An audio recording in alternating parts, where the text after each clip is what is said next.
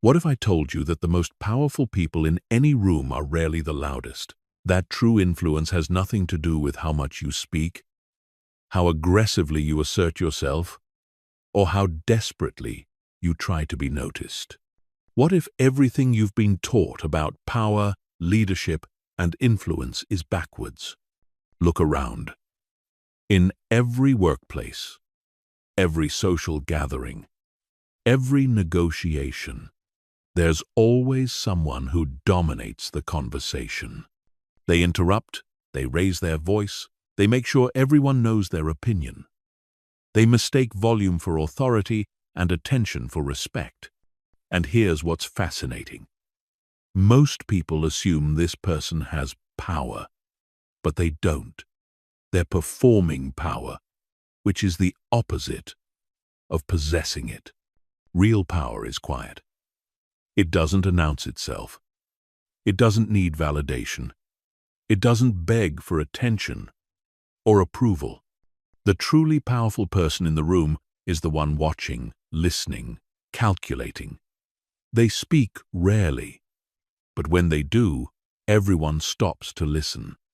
They don't chase influence. It comes to them. They don't demand respect.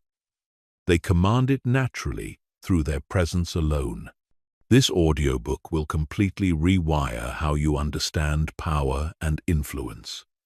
You're about to discover why quiet confidence is infinitely more magnetic than loud bravado. Why strategic silence accomplishes more than constant speaking. Why restraint is a weapon that most people never learn to use. And most importantly, you're about to learn how to become the kind of person who controls every situation without ever appearing to try. By the time you finish this journey, you will move differently. You will speak differently. You will think differently. People will sense something has changed about you, but they won't be able to identify what. That's the mark of true power. It's felt, not seen. It influences without announcing its presence. And that's exactly what you're about to master. Chapter 1. Why the loudest person is usually the weakest. Here's a truth that will change how you see every interaction for the rest of your life. The person trying hardest to prove they have power is always the one who has the least. Think about it. Have you ever noticed that people with real authority rarely need to remind others of it? A true leader doesn't walk into a room announcing their credentials. A genuinely confident person doesn't constantly seek validation. Someone with actual expertise doesn't feel the need to dominate every conversation to prove they know what they're talking about. But insecure people, they can't help themselves. They interrupt because they're terrified of being forgotten. They speak loudly because they're afraid their ideas won't be taken seriously. They name drop, they brag, they peacock, all because deep down they know they haven't earned genuine respect. So they're trying to manufacture it through noise and spectacle. This is the fundamental weakness of loud power. It's compensatory. It's a performance designed to mask insecurity. And here's what's even more revealing. Truly powerful people can see right through it. When someone walks into a negotiation puffing their chest and making demands, experienced operators don't see strength. They see desperation. They see someone who can be manipulated because their ego is exposed and vulnerable. Let me give you a real-world example. Imagine two people in a business meeting. Person A dominates the conversation, speaks over others, insists their strategy is the only viable option, and gets visibly frustrated when questioned. Person B sits quietly for most of the meeting, asks a few precise questions, and then calmly presents a well-thought-out alternative when everyone else has exhausted themselves arguing. Who do you think gets taken more seriously? Person A created noise, but Person B created impact. Person A tried to control the room through force, but Person B controlled it through strategic restraint. And here's the crucial part. Person B didn't have to fight for respect. The quality of their presence and the precision of their contribution earned it automatically. This pattern repeats everywhere. The most respected professors aren't the ones who lecture non-stop. They're the ones who create space for deep thought and speak only when they have something genuinely valuable to add. The most influential leaders aren't the ones barking orders constantly. They're the ones who set a clear vision and then trust their team, stepping in only when truly needed. The most magnetic people at social events aren't working the room desperately trying to impress everyone. They're the ones having a few deep, meaningful conversations that people remember long after the event ends. Now, here's where it gets psychologically interesting. Loud, aggressive displays of power actually trigger resistance in others. When someone comes at you with force, your natural instinct is to push back, to defend yourself, to resist their influence. It's a fundamental aspect of human psychology. We don't like feeling controlled or dominated. So we instinctively oppose anyone who tries to force their will upon us. But quiet power? It bypasses all of that resistance. When someone influences you subtly, when they guide rather than command, when they suggest rather than demand, you don't feel controlled. In fact, you often don't even realize you're being influenced at all. You think the idea was yours. You think you came to that conclusion independently. And that's exactly why quiet power is so devastatingly effective. It works with human psychology instead of against it. The loudest person is weak because they've already shown you their insecurity. They've revealed that they need your validation, your attention, your submission. And the moment someone needs something from you, you have power over them. But the quietly powerful person, they need nothing from you. They're completely self-contained. And that independence, that self-sufficiency, is magnetic in a way that desperation never can be. So if you've been trying to gain influence by speaking more, by asserting yourself more aggressively, by making sure everyone notices you, stop. You're working against yourself. The path to real power runs in the exact opposite direction.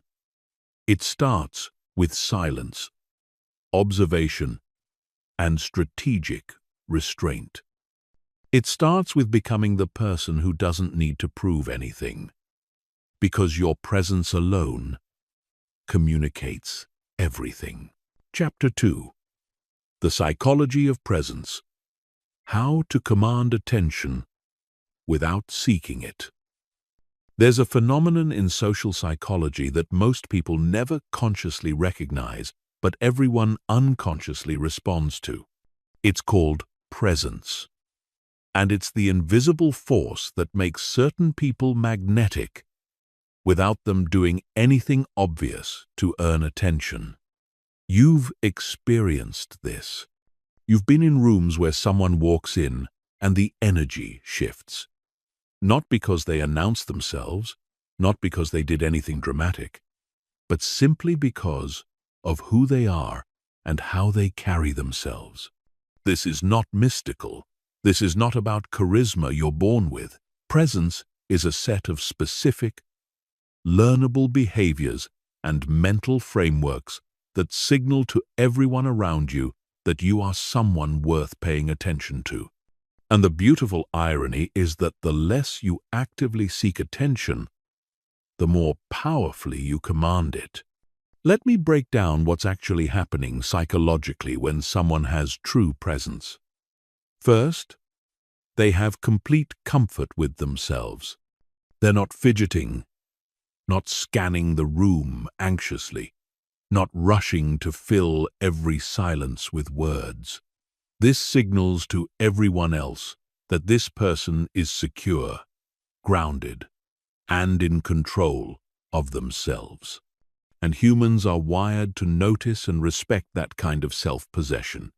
Second, they move with intention. Every gesture, every movement, every word is deliberate. There's no wasted energy, no nervous habits, no random motion. This creates the impression of someone who is thoughtful and purposeful in everything they do. Compare this to the person who fidgets constantly, shifts their weight, plays with their phone, checks their watch.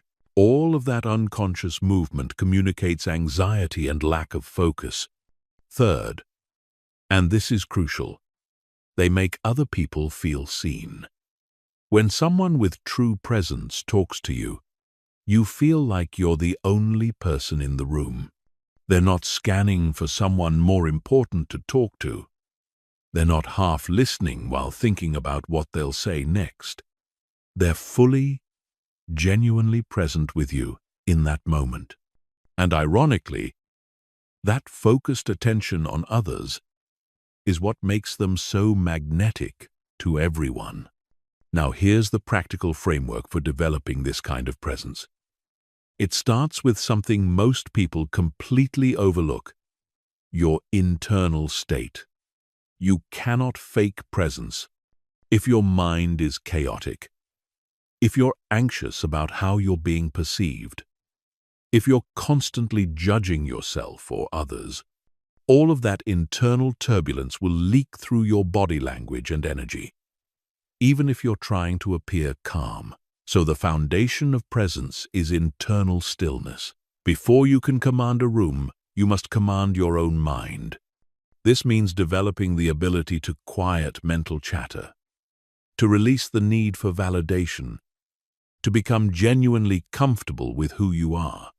When you're not at war with yourself internally, that peace radiates outward and others feel it immediately.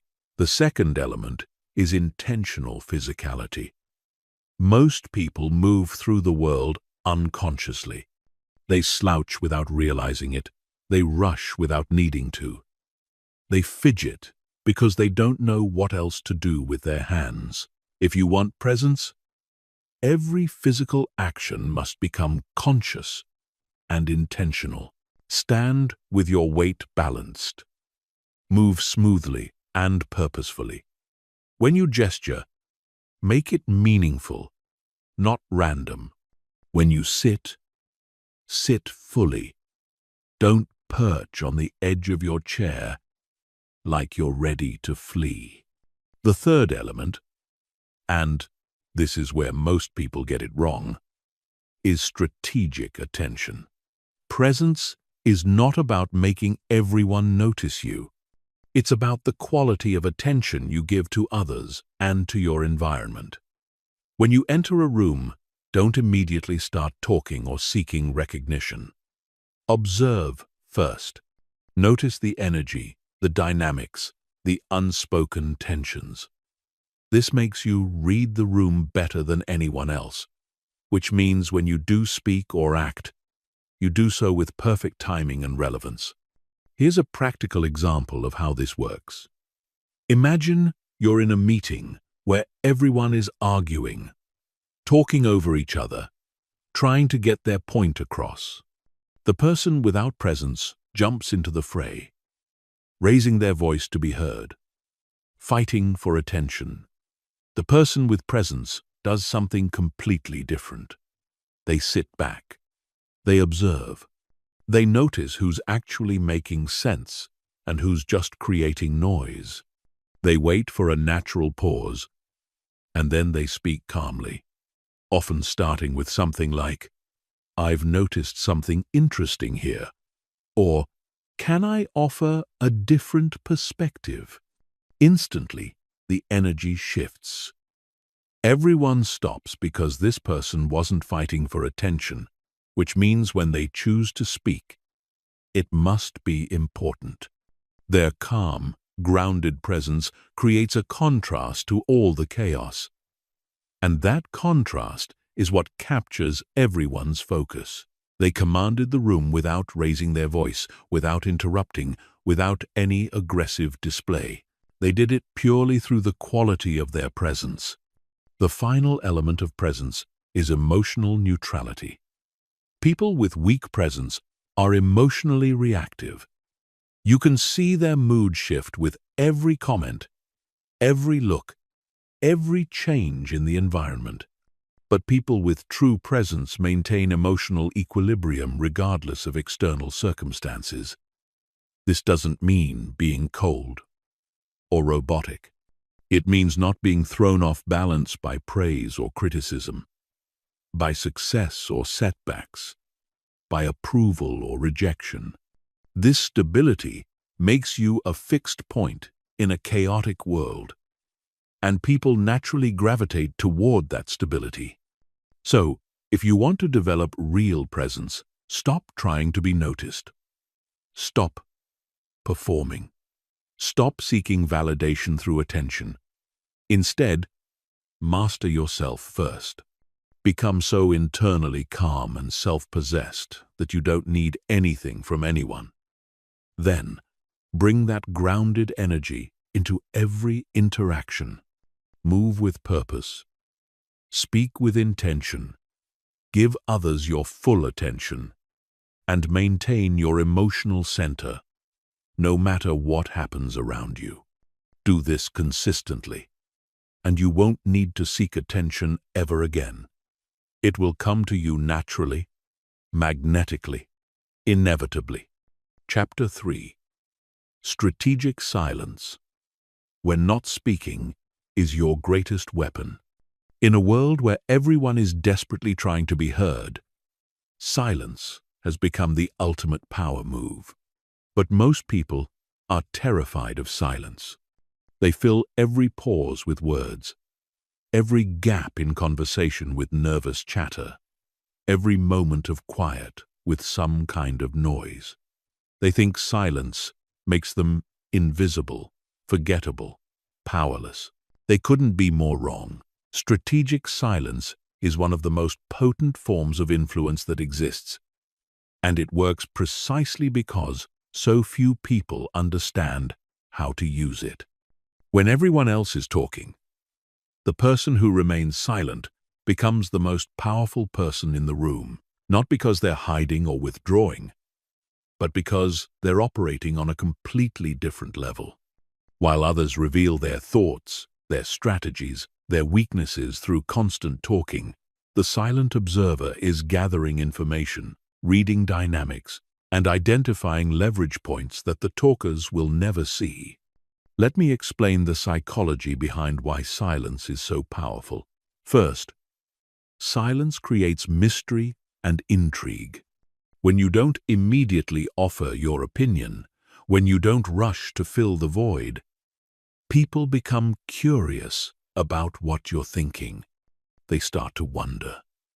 They start to project onto you. They start to imagine that your silence must mean you know something they don't.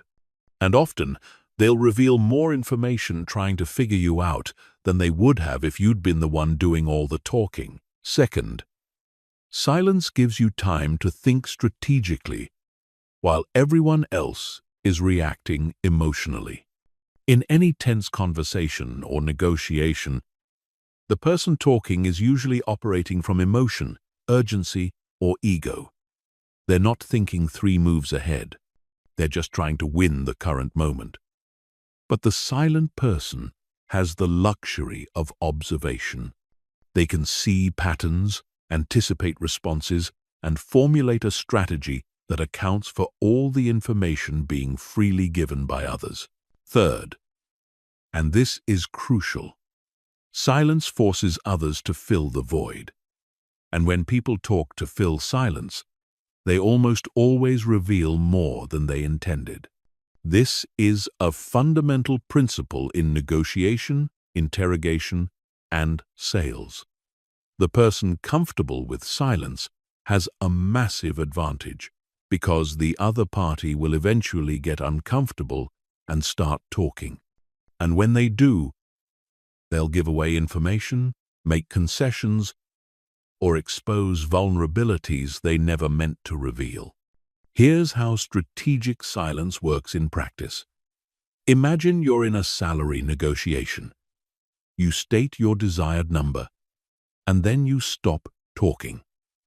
The hiring manager might counter with a lower number. Most people would immediately respond, either arguing for their number or explaining why they deserve it. But someone who understands strategic silence does something different. They simply wait. They maintain eye contact. They don't fidget. They don't rush to fill the pause. And here's what happens. The hiring manager, uncomfortable with the silence, starts talking again. Maybe they justify their counteroffer. Maybe they ask, "What would make you happy?" Maybe they even improve their offer without you saying a word. Your silence did the work for you. Or consider a conflict situation. Someone is angry with you, raising their voice, making accusations. The instinct is to defend yourself immediately, to argue back, to match their energy. But strategic silence is far more powerful. You let them speak. You don't interrupt. You don't react. You simply listen with calm, neutral attention. What happens? First, they eventually run out of steam. Anger requires fuel. And if you're not feeding the fire with defensive reactions, it burns itself out. Second, as they talk, they often realize they're being unreasonable, or they contradict themselves, and you didn't have to say a word. Third, your calm, silent response makes you appear more mature, more in control, and more trustworthy than someone who immediately escalated the situation. But here's where most people misunderstand silence. Strategic silence is not about never speaking. It's not about being passive or withdrawn. It's about speaking only when your words will have maximum impact. It's about making every word count, because you've thought carefully about what needs to be said and when to say it. There's a pattern you'll notice among the most powerful communicators. They speak less, but when they speak, everyone listens. Why? Because they've built a reputation for only contributing when they have something genuinely valuable to add. Their words carry weight, precisely because they're not diluted by constant chatter. Compare this to someone who comments on everything, who always has an opinion, who can't let a single point pass without adding their thoughts. Their words lose value through sheer volume. Nobody pays attention anymore because they know this person will talk whether they have insight or not. Strategic silence also protects you from one of the biggest mistakes people make in communication: saying too much. Every additional word is a potential vulnerability. Every unnecessary detail is something that can be used against you. Every extra piece of information is ammunition you've handed to others. Powerful people understand this instinctively. They answer questions directly, but don't elaborate unnecessarily. They share what needs to be shared and keep everything else private. They know that mystery is power and oversharing is weakness. So how do you develop the ability to use strategic silence effectively? First, you must become genuinely comfortable with quiet. Practice being in silence, in your own thoughts, without the need to fill every moment with stimulation. Most people can't sit in silence for even 5 minutes without reaching for their phone or turning on music or finding some distraction. If you can't be comfortable in silence with yourself, you'll never be able to use it as a tool with others. Second, train yourself to pause before responding to anything. Someone asks you a question, pause. Someone makes a statement, pause. Someone provokes you, pause. This does multiple things. It gives you time to formulate a thoughtful response instead of an emotional reaction. It communicates that you're someone who thinks before speaking, and it creates a subtle psychological pressure on the other person to continue talking, potentially revealing more than they intended. Third, learn to recognize when silence will accomplish more than speaking. If someone is making a fool of themselves, your silence lets them continue digging their own hole. If someone is trying to manipulate you into a reaction, your silence denies them the satisfaction. If someone is waiting for you to reveal information, your silence protects your position. The question you should always ask yourself before speaking is, will my words improve upon the silence?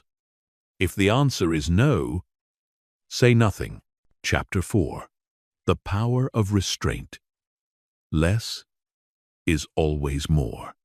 One of the most counterintuitive truths about power is this: the more you have, the less you need to use it.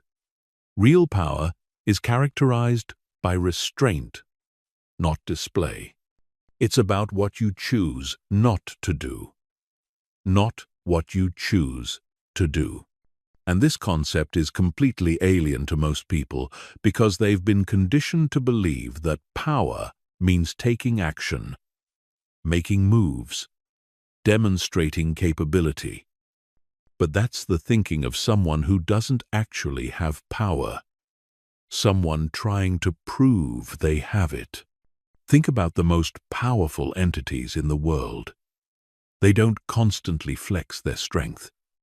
A wealthy person doesn't need to talk about their money or flaunt their possessions.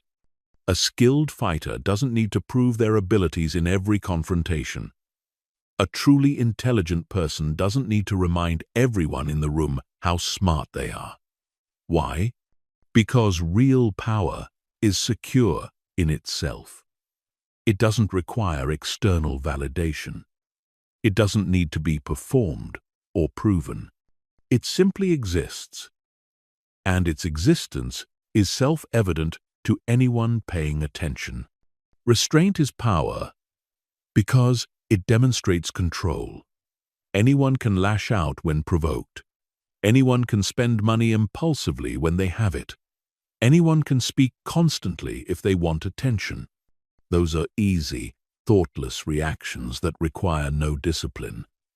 But choosing not to react when you're provoked, choosing not to spend when you easily could, choosing to stay silent when you have the urge to speak, that requires strength.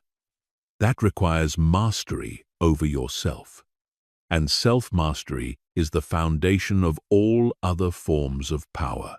Let me give you a framework for understanding why less is always more. Every time you exert power overtly, you deplete it. Every time you have to remind people of your authority, you reveal that your authority is questionable. Every time you respond to every criticism or provocation, you show that you can be controlled by others. But when you practice restraint, when you choose not to engage, when you let things unfold without your constant intervention, you preserve and even amplify your power. Here's a practical example. Imagine someone publicly criticizes you or your work. The immediate impulse is to defend yourself, to correct the record, to argue your position. And if you do that, what happens? You've now entered into a public debate with someone who probably has nothing to lose. You've given their criticism legitimacy by acknowledging it. You've shown that their words affected you enough to warrant a response. And if the exchange continues, you risk looking petty or defensive, regardless of who's actually right. But what if you practice restraint? What if you simply don't respond? Here's what happens. First, the criticism hangs in the air with no fuel to sustain it. Second, you've communicated through your silence that this person's opinion isn't significant enough to warrant your time or energy. Third, others watching the situation will often defend you without you having to defend yourself. And fourth, you maintain your composure and dignity while the critic appears increasingly desperate for your attention.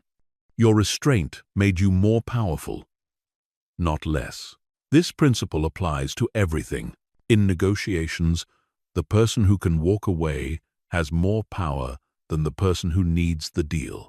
In relationships, the person who's complete in themselves has more influence than the person who's desperate for connection.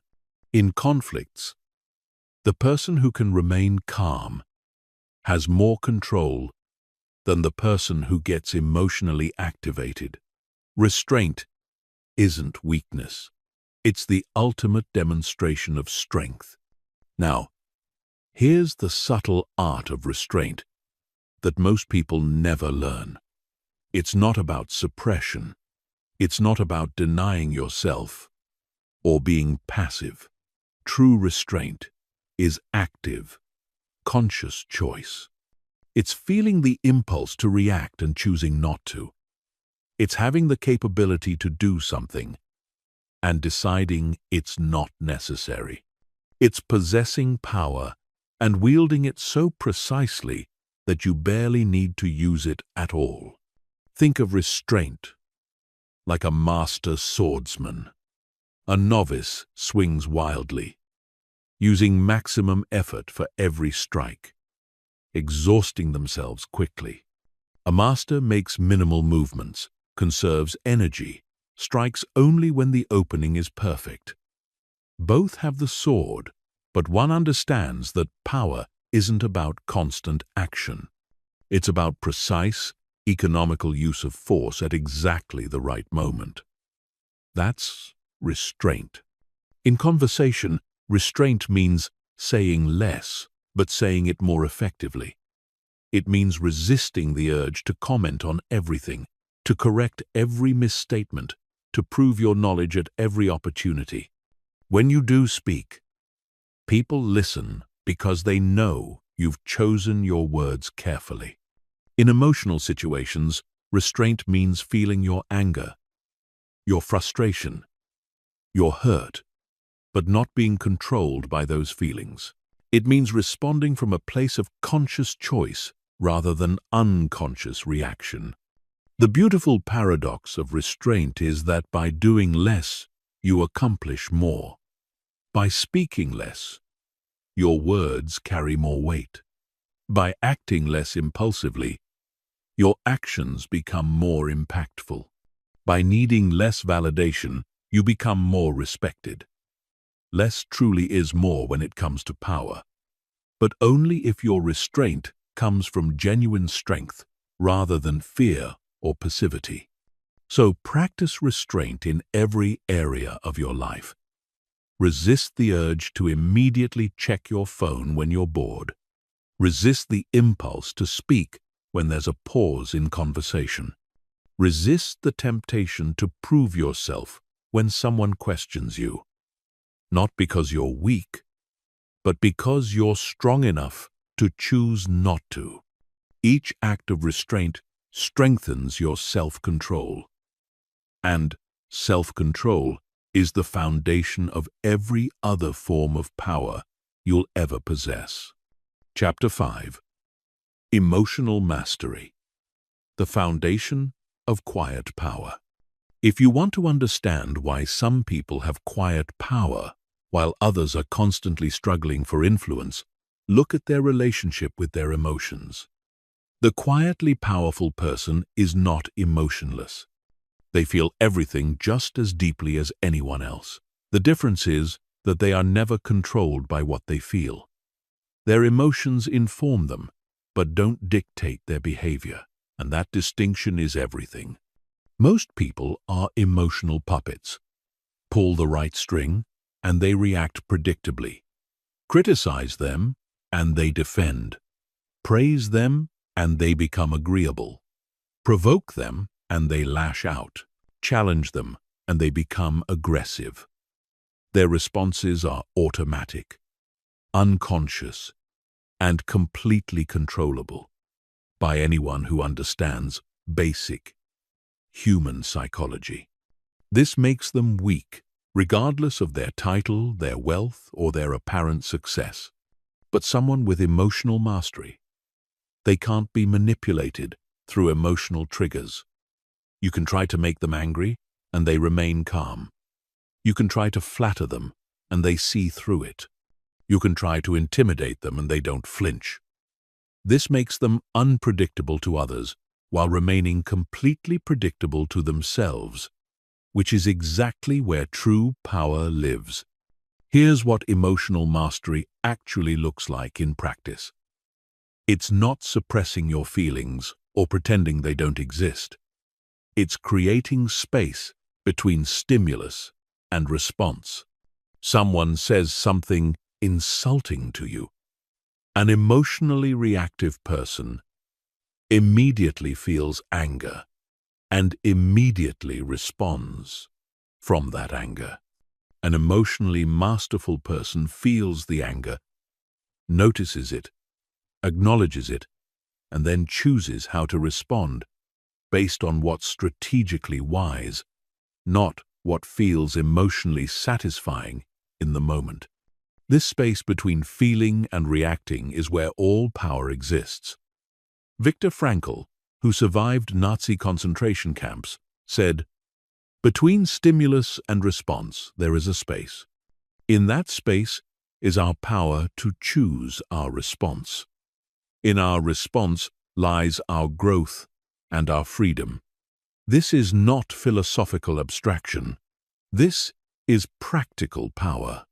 The person who can feel intense emotion and still choose their response has infinitely more power than the person who's controlled by their emotional reactions. Let me break down why emotional mastery is the foundation of quiet power. First, it makes you unmanipulatable. Most influence tactics rely on triggering emotional responses. Salespeople create urgency to trigger fear of missing out. Manipulators use guilt to control behavior. Provocateurs use insults to make you react defensively. But if you have emotional mastery, all of these tactics fail. You see them for what they are: transparent attempts to bypass your rational mind and trigger an emotional reaction. And when you're not controlled by your emotions, you can't be controlled by others. Second, emotional mastery gives you clarity in every situation. Emotions cloud judgment. When you're angry, you make aggressive decisions you'll later regret. When you're anxious, you make fear-based choices that limit your potential. When you're euphoric, you make impulsive decisions without proper consideration. But when you have mastery over your emotional state, you can think clearly regardless of what you're feeling. This means you make better decisions consistently, which compounds into significantly better outcomes over time. Third, emotional mastery makes you a stabilizing presence that others naturally gravitate toward. Think about the people in your life. Who do you turn to when you're in crisis? Not the person who will match your panic with their own anxiety. You turn to the person who remains calm, who can think clearly, who provides stability when everything feels chaotic. That person has influence not because they're trying to influence you, but because their emotional stability is naturally attractive and reassuring. Now here's how you develop emotional mastery. It starts with awareness. You cannot master what you don't notice. Most people are so identified with their emotions that they don't even realize they're feeling them until they're already reacting.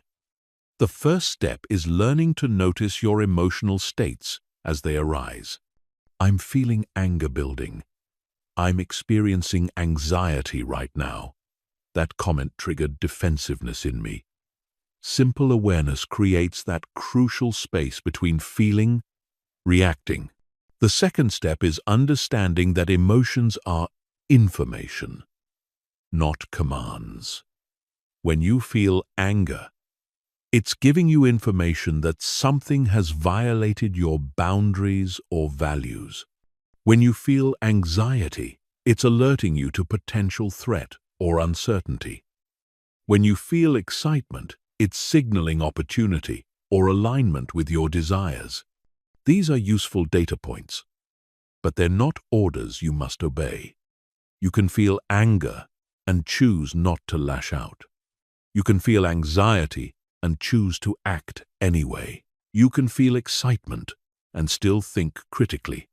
The third step is developing emotional regulation techniques that work for you. This might be breath control, using slow, deliberate breathing to activate your parasympathetic nervous system and create physiological calm. It might be reframing, consciously choosing to interpret a situation differently to change your emotional response. It might be the pause, simply counting to 10 before responding to anything emotionally charged. The specific technique matters less than having tools you can deploy when you feel yourself becoming emotionally activated. The fourth step, and this is crucial, is learning to transmute emotional energy rather than suppressing it. Suppression doesn't work. If you just bottle up anger or anxiety or any strong emotion, it will eventually explode or leak out in unhealthy ways. Instead, you learn to channel that emotional energy into productive action. Feel angry? Use that energy to fuel focused work. Feel anxious? Channel it into thorough preparation. Feel disappointed? Transform it into determination. The emotion doesn't disappear, but it stops controlling you and starts serving you. Here's a practical framework for emotional mastery in real-time situations. When you feel a strong emotion arising, first pause. Don't react immediately. Second, name the emotion specifically. I'm feeling disrespected is more useful than I feel bad. Third, ask yourself what this emotion is trying to tell you. Is it valid information? Or is it an old pattern being triggered? Fourth, consider your options. You always have choices in how you respond. Fifth, choose the response that aligns with your values and long-term goals, not what feels satisfying in the moment. The person with emotional mastery doesn't need to dominate conversations because they're not seeking validation. They don't need to prove themselves because they're not insecure. They don't need to react to provocations because they're not controlled by others. They move through the world with quiet confidence because their internal state is stable regardless of external circumstances. And that stability, that self-possession, is what makes quiet power possible. Without emotional mastery, you'll always be at the mercy of your reactions. With it, you become truly free, and that freedom is the foundation of all lasting power. Chapter 6. The Art of Subtle Influence. planting ideas without forcing them. The most powerful form of influence is the kind that people don't even realize is happening. When you convince someone of something, they know you convinced them. They remember the argument, the persuasion, the effort you put in. But when you plant an idea so subtly that they think they came up with it themselves, that's permanent influence. That's the kind of power that reshapes how people think without them ever feeling manipulated or controlled. Here's the fundamental truth about human psychology that makes subtle influence possible. People resist being told what to think, but they love discovering insights on their own. You can present someone with the most logical, well-researched argument in the world, and if it contradicts their existing beliefs, they'll find a way to reject it. But if you can guide them to discover that same conclusion themselves, through their own thought process, they'll defend it as passionately as if it were their own original idea. Because in their mind, it is. This is why the most influential people rarely argue. They don't need to. They've mastered the art of asking the right questions, sharing the right stories, and creating the right context for others to reach the conclusions they want them to reach. They're not forcing ideas into people's minds. They're planting seeds and creating conditions for those seeds to grow naturally. Let me give you a framework for how subtle influence actually works. Imagine you want someone to change their approach to a project at work. The obvious, ineffective method is to tell them directly, "Your approach is wrong. You should do it this way instead." What happens? Instant defensiveness. Their ego gets activated. Now they're not evaluating whether your suggestion has merit. They're defending their original idea because you've made it a contest between your judgment and theirs. But what if you took a different approach? What if you asked questions instead? Have you considered what might happen if we approached it from this angle? What do you think the potential challenges are with the current plan? Is there a way we could test different approaches before committing fully? Notice what you're doing here. You're not telling them they're wrong. You're guiding them to evaluate their own plan more critically. You're creating doubt in their current approach while making them feel like they're the one doing the thinking. Here's what happens next. As they answer your questions, they start to see the limitations of their original idea. But because they're discovering these limitations themselves, there's no ego threat. They're not being corrected by you. They're refining their own thinking. And when they eventually land on the approach you had in mind all along, they feel smart for figuring it out. They feel ownership over the new direction, and they'll execute it with far more commitment than if you had simply told them what to do. This is the art of subtle influence. You're shaping the thought process without dictating the conclusion. You're creating the conditions for people to persuade themselves, and self-persuasion is infinitely more powerful than external persuasion because it bypasses all psychological resistance. Now let's talk about another powerful technique of subtle influence: strategic storytelling. Human brains are wired to learn through stories. When you tell someone a direct fact, they evaluate it critically, looking for reasons to accept or reject it. But when you embed that same information in a story, it slips past their critical defenses and lodges directly into their memory and belief system. Here's how this works in practice. Let's say you want to influence someone to be more decisive in their leadership. You could lecture them about the importance of decisiveness. Give them statistics about how indecisive leaders lose respect. Explain all the theory. And they might nod along, but nothing will change. Or you could tell them a story. I once worked with a leader who would agonize over every decision for weeks. The team respected his thoughtfulness at first, but eventually they started going around him to get answers because they couldn't wait for him to decide. Within 6 months, he had lost all credibility, not because he made bad decisions, but because he made no decisions. The interesting thing was, when he finally did decide, he was usually right. But by then, nobody was listening anymore. What did that story do?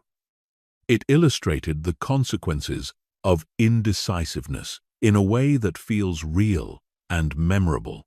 It created an emotional association, the fear of losing credibility, that pure logic never would have created. And most importantly, you didn't tell them to be more decisive. You let them draw that conclusion from the story. That's subtle influence. The third technique of subtle influence is what I call social proof seeding. People are heavily influenced by what they believe others think and do. But here's the subtle part. You don't need to tell someone everyone thinks this way, which sounds manipulative and triggers skepticism. Instead, you casually reference other people's perspectives as if it's just neutral information. I've noticed a lot of people in our industry are starting to rethink this approach. Just yesterday, someone was telling me they completely changed their strategy because of these new market conditions.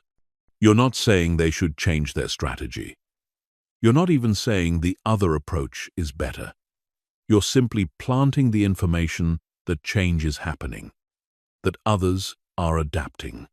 And because humans have a deep psychological need to fit in and not be left behind, this information starts working on them subconsciously. They begin to question whether they should also be rethinking their approach.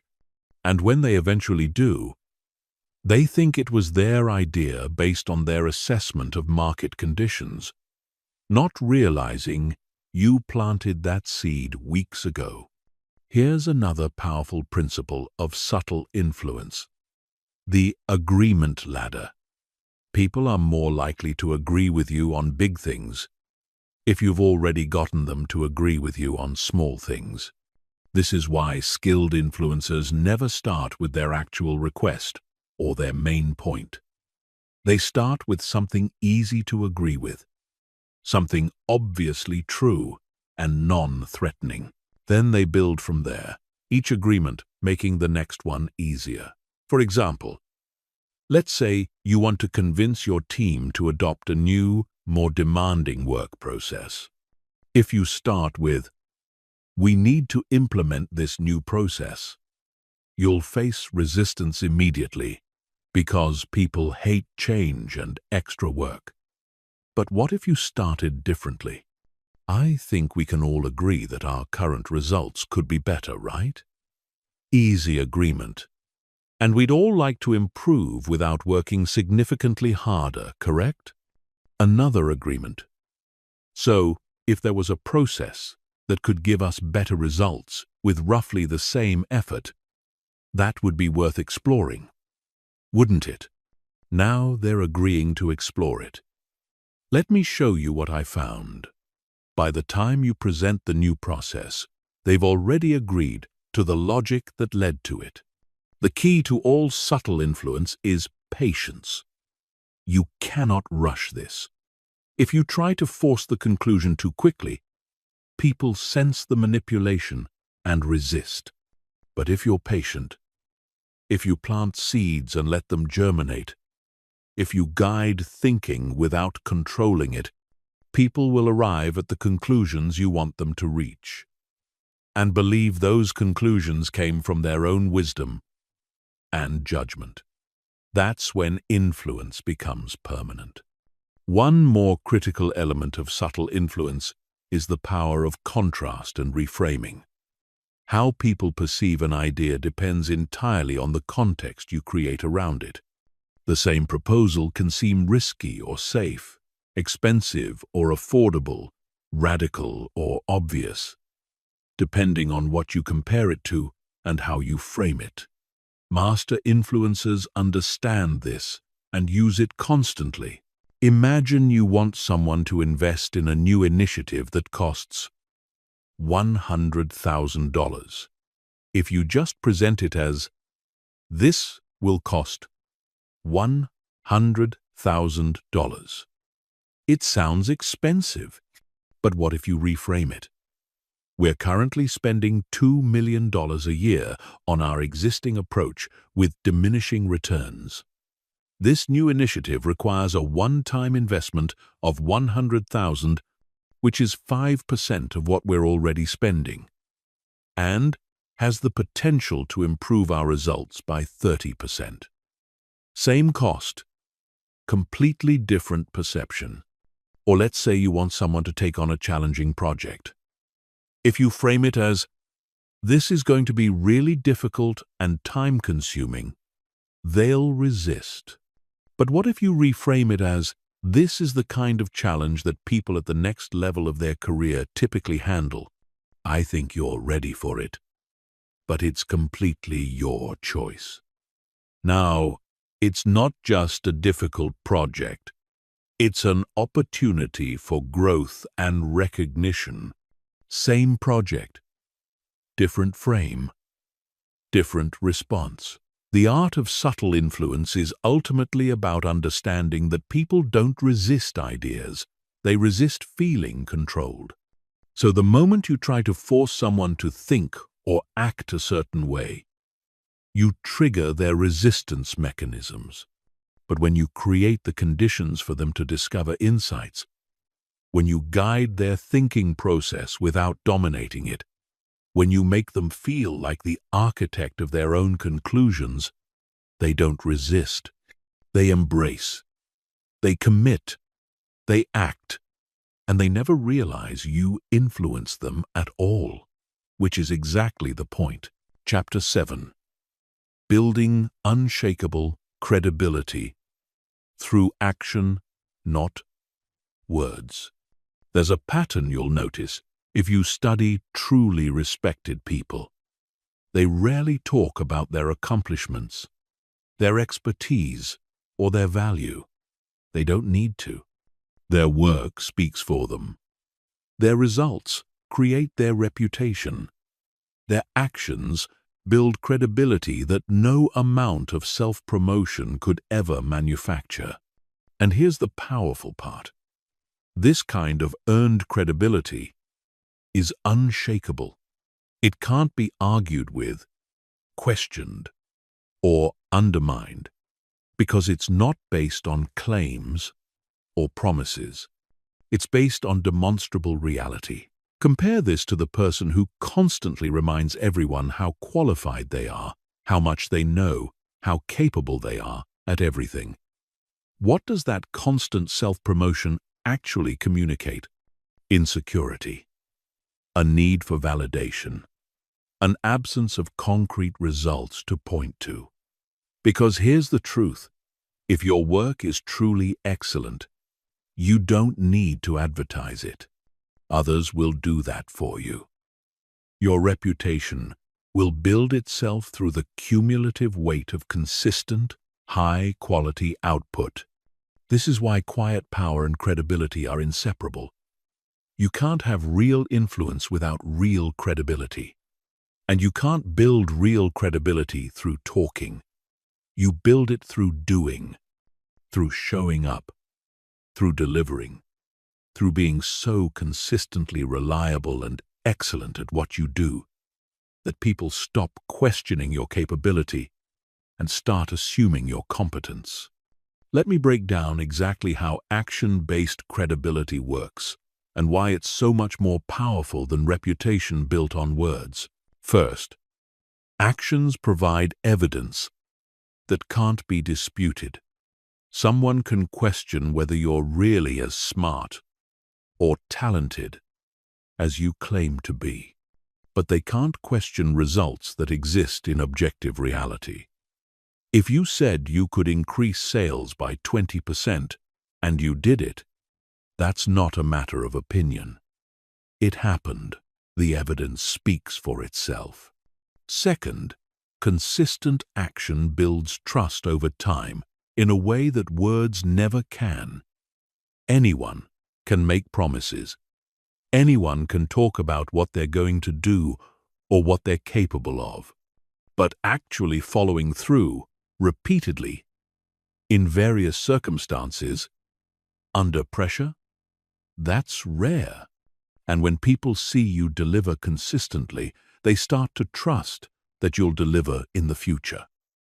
That trust is the foundation of credibility. Third, action-based credibility compounds exponentially. Each time you deliver on a commitment, each time you solve a problem effectively, each time you demonstrate competence, you add to your credibility account. And as that account grows, people start giving you the benefit of the doubt in new situations. They assume you can handle challenges because you've proven it before. This creates a positive feedback loop where your reputation opens doors, which gives you opportunities to build more credibility, which opens more doors. Now here's the practical framework for building this kind of unshakable credibility. It starts with a principle that most people violate constantly: under-promise and over-deliver. The instinct when you want to impress someone is to make big promises, to talk up your capabilities, to set high expectations. This is a mistake, because now you've created a standard you have to meet just to avoid disappointment, and you have to exceed to actually impress. But what if you did the opposite? What if you set modest expectations and then exceeded them significantly? Let's say someone asks if you can complete a project by Friday. You know you could probably have it done by Thursday if you push. So you're tempted to promise Wednesday to look impressive. Don't. Say Friday and deliver Wednesday. Now you've created surprise and delight. You've demonstrated that you're not just reliable, you're exceptional. And you didn't have to say a word about how great you are. Your early delivery said it for you. This pattern of quietly exceeding expectations is how you build a reputation as someone who gets things done, not someone who talks about getting things done, not someone who promises to get things done, someone who actually does it, consistently, without drama or fanfare. That's the person everyone wants on their team. Everyone trusts with important work. Everyone respects. The second element of action-based credibility is extreme ownership. When things go wrong, and they will, the immediate instinct for most people is to deflect blame, make excuses, or point fingers at external factors. This is credibility suicide. Because even if those excuses are valid, even if the failure wasn't entirely your fault, the moment you start explaining why it wasn't your fault, you sound defensive and unreliable. The quietly powerful person does something radically different. They take full responsibility, regardless of circumstances. This didn't work out. That's on me. Here's how I'm going to fix it. Notice what this does. First, it shuts down any potential blame game before it starts. Second, it demonstrates maturity and accountability. Third, it shifts focus from the problem to the solution. And fourth, it actually builds credibility even in failure, because people respect someone who owns their mistakes far more than someone who makes excuses. Here's a real example of how this works. Imagine a project fails because another department didn't deliver their part on time. Most people would immediately point that out. Well, if they had given us what we needed when they promised, this wouldn't have happened. technically true, but it makes you look like someone who can't solve problems when dependencies fail. Now compare that to this response. The project didn't succeed, and as the lead, that's my responsibility. I should have built in more buffer time and had contingency plans for if other teams experienced delays. Here's what I'm doing to ensure this doesn't happen again. Same situation, completely different impression. One person sounds like a victim making excuses. The other sounds like a leader who learns from setbacks. The third element of building credibility through action is consistency over intensity. Many people have bursts of impressive productivity or performance. They work incredibly hard for a week, or deliver one exceptional project, and then coast. This doesn't build lasting credibility because people learn they can't count on you to maintain that level. You're unpredictable, but someone who shows up at a solid, reliable level every single day, someone who might not have the most spectacular individual achievements but is consistently competent across everything they do, that person builds ironclad credibility because reliability is more valuable than occasional brilliance.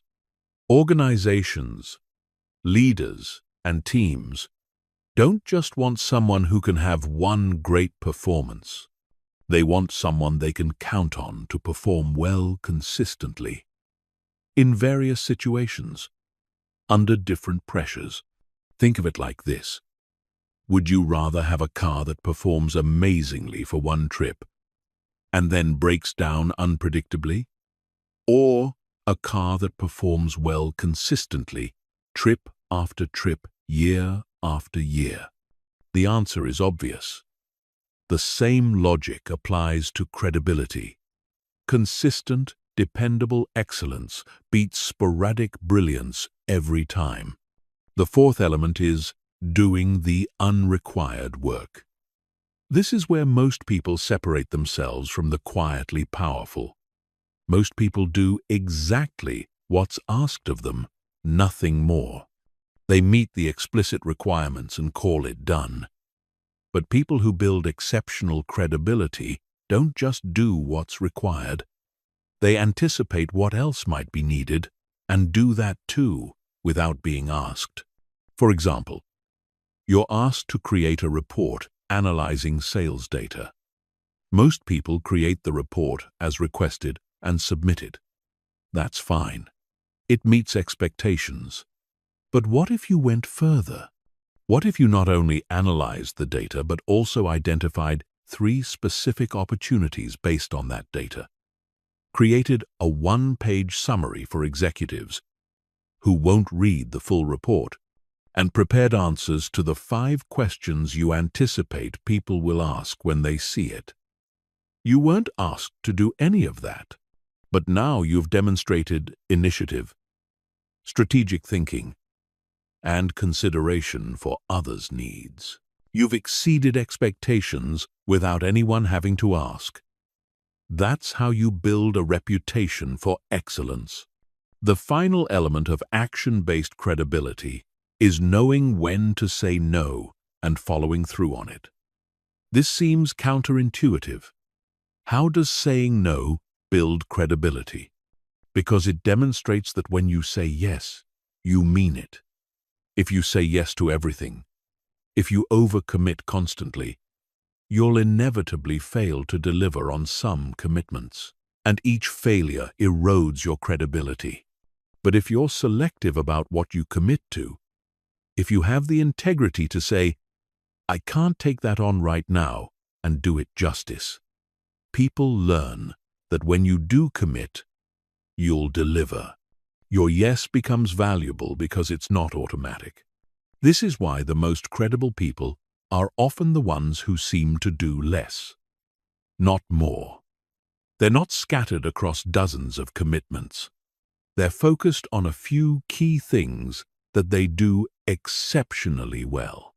And because they're not overextended, They have the capacity to follow through completely on everything they commit to. That consistency of follow-through is what builds unshakable credibility.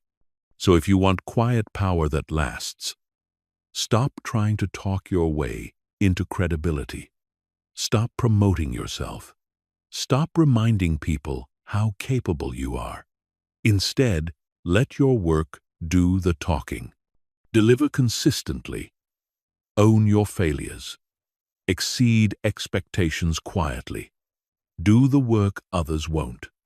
And say no to protect your ability to say yes meaningfully. Do this long enough, and your credibility will become so solid that questioning it would seem absurd. That's when you know you've built something real. Chapter 8. The Magnetic Effect. How Quiet Confidence Attracts Opportunities. There's something fascinating about observing how opportunities flow to different people. Some people chase constantly, networking aggressively, promoting themselves relentlessly, and yet opportunities remain scarce. Others seem to attract opportunities effortlessly without appearing to seek them at all. What's the difference? Quiet confidence. The kind of unshakable self-assurance that doesn't need to announce itself but is felt by everyone in proximity to it. Quiet confidence is magnetic because it's rare. Most people oscillate between insecurity, masked by bravado on one end, and genuine insecurity with no mask on the other. But true quiet confidence, the kind that comes from deep self-knowledge and proven capability, is uncommon enough that people notice it immediately. And they're drawn to it because confidence, real confidence, is reassuring in a world full of uncertainty and pretense. Here's what makes quiet confidence different from regular confidence or arrogance. Arrogance needs to tell you how great it is. It needs validation, admiration, acknowledgement. Regular confidence is comfortable with itself but still somewhat attached to others' opinions. Quiet confidence doesn't need anything from anyone. It knows its own value and doesn't require external confirmation. This self-sufficiency is what makes it magnetic. People are drawn to those who don't need them because, paradoxically, that's when real connection becomes possible. Let me explain the psychology of why this works. When someone needs something from you, whether it's validation, approval, or opportunity, you unconsciously feel the weight of that need. It creates subtle pressure in the interaction. You sense their agenda, their desperation, their attachment to a particular outcome. And that creates resistance. You pull back, even if you're not fully aware you're doing it. This is why needy people, no matter how talented or qualified, struggle to attract opportunities. Their need repels the very things they're chasing. But when someone has quiet confidence, when they clearly don't need anything from you, the entire dynamic shifts. There's no pressure, no hidden agenda you have to navigate, no sense that they're performing or trying to manipulate an outcome. They're just genuinely present, comfortable in themselves, and that comfort creates space for you to relax as well. And in that relaxed, pressure-free space, real connection happens. Opportunities emerge organically because you actually want to help this person or work with them, not because you feel pressured or obligated to. Here's how this plays out in practical situations.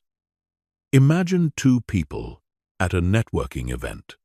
Person A works the room desperately, handing out business cards, interrupting conversations to inject themselves, talking up their accomplishments, clearly trying to generate leads or opportunities. Their energy is frantic, needy, transactional. Person B, on the other hand, has a few genuine conversations with people who interest them, asks thoughtful questions, listens more than they speak, and leaves without any aggressive follow-up. Who do you think people remember positively? Who do you think gets called when an opportunity arises? Not person A. Despite all their effort, person A made people feel like a means to an end. They created transactional interactions that everyone wants to escape from. Person B, though, created real connections. They made people feel interesting and valued. And when someone feels genuinely seen and appreciated by you, they naturally want to reciprocate. They think of you when opportunities arise because the interaction felt good, not forced. This is the magnetic effect of quiet confidence. It doesn't chase. It doesn't grab. It doesn't force. It simply shows up as its authentic self, comfortable and self-possessed, and lets others come to it. And they do come, consistently, because that energy is so rare and so refreshing that people actively seek it out. Now, let's talk about how to cultivate this kind of quiet confidence. It starts with genuine competence. You cannot fake quiet confidence for long because it's rooted in real capability and real self-knowledge. If you're constantly worried about being exposed as a fraud, if you secretly doubt your abilities, that anxiety will leak through your behavior no matter how much you try to project confidence. So the foundation is actually becoming good at something, building real skills, accumulating real experience. Confidence built on a foundation of competence is unshakable because you know what you can do. You've proven it to yourself repeatedly. The second element is self-acceptance. Quiet confidence doesn't come from being perfect. It comes from being okay with who you are, including your flaws and limitations. Most people are at war with themselves, constantly criticizing their shortcomings, comparing themselves unfavorably to others, feeling like they're not enough. This internal conflict creates anxiety that others perceive, even if unconsciously. But when you've accepted yourself, when you've made peace with your imperfections while still working to improve, that internal peace radiates outward. You're not defensive because you're not trying to hide anything. You're not arrogant because you're not trying to prove anything. You're just comfortable being exactly who you are. The third element is outcome independence. This is crucial, and it's where most people struggle. Outcome independence means you genuinely don't attach your self-worth or emotional state to any particular outcome. You want opportunities, you work toward goals, but your inner equilibrium doesn't depend on getting them. You're equally okay with yes or no, success or failure, acceptance or rejection. Not because you don't care, but because you know that your value isn't determined by any single outcome. This is magnetic because it eliminates the desperate energy that repels opportunities. When you're outcome independent, you can pursue opportunities without chasing them. You can put yourself in position without forcing things. You can let people know you're interested without begging or manipulating. And because you're genuinely fine either way, people sense they can say no without disappointing you, or yes without you becoming clingy or entitled. This freedom creates space for organic, authentic interactions where real opportunities can emerge. The fourth element of quiet confidence is presence. This ties back to earlier chapters, but it's worth emphasizing here. People with quiet confidence are fully present in interactions because they're not mentally rehearsing what to say next, not worrying about how they're being perceived, not scanning the room for someone more important to talk to. This full presence makes others feel valued and seen, which creates positive associations with you. And when opportunities arise, people naturally think of those who made them feel good, not those who made them feel used or uncomfortable. Here's a practical framework for attracting opportunities through quiet confidence instead of chasing them. First, focus on becoming genuinely excellent at your craft. Pour your energy into developing real skills and deep expertise. This gives you the foundation of competence that quiet confidence requires. Second, build relationships without agenda. Connect with people because they're interesting, not because they might be useful. This creates authentic networks instead of transactional ones. Third, share your knowledge and help others generously, without keeping score or expecting immediate return. This establishes you as someone of value who operates from abundance rather than scarcity. Fourth, when opportunities do arise, evaluate them based on alignment with your values and goals, not based on desperation or fear of missing out. This selectivity makes you more attractive because it signals you're in demand and you have standards. Fifth, when opportunities don't work out, maintain your equilibrium. Don't spiral into self-doubt or bitterness. Stay consistent. Keep delivering value. Trust that more opportunities will come. This emotional stability over time is what separates temporary success from lasting influence. The magnetic effect of quiet confidence is not manipulative strategy. It's the natural result of genuine self-assurance meeting authentic capability. When you know who you are, when you're comfortable with that, when you've built real competence, and when you're not desperate for validation or approval, you become like a gravitational center. Opportunities, people, and resources naturally move toward you because the energy you project is rare, attractive, and trustworthy.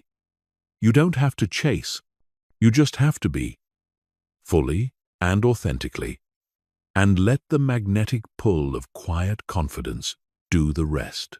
Chapter 9. Reading Rooms and People. Observational intelligence. While everyone else is busy talking, performing, or worrying about their own presence, the quietly powerful person is doing something far more valuable. They're watching. They're reading the room. They're noticing dynamics that others miss entirely. This observational intelligence is what allows them to navigate social situations with precision, to identify opportunities before they're obvious, and to avoid pitfalls that blindside everyone else. Most people move through the world essentially blind to the subtleties around them. They notice the obvious, the loud, the explicit, but they miss the meaningful glances, the subtle power plays, the unspoken tensions, the hidden alliances, all the real information that determines how situations will actually unfold. This is why they're constantly surprised when things don't go as expected, when the person they thought was supportive undermines them, when the deal they thought was certain falls through, when dynamics shift in ways they didn't anticipate. But people with observational intelligence are rarely surprised. They saw it coming. They noticed the warning signs everyone else missed. They read between the lines, interpreted the subtext, and understood what was really happening beneath the surface conversations. And this awareness gives them an enormous advantage in every situation, because while others are reacting to what's obvious, they're responding to what's real. Here's what observational intelligence actually looks like in practice. You walk into a meeting. Most people immediately start positioning themselves, thinking about what they're going to say, checking their phones, or making small talk. The observationally intelligent person is doing something different.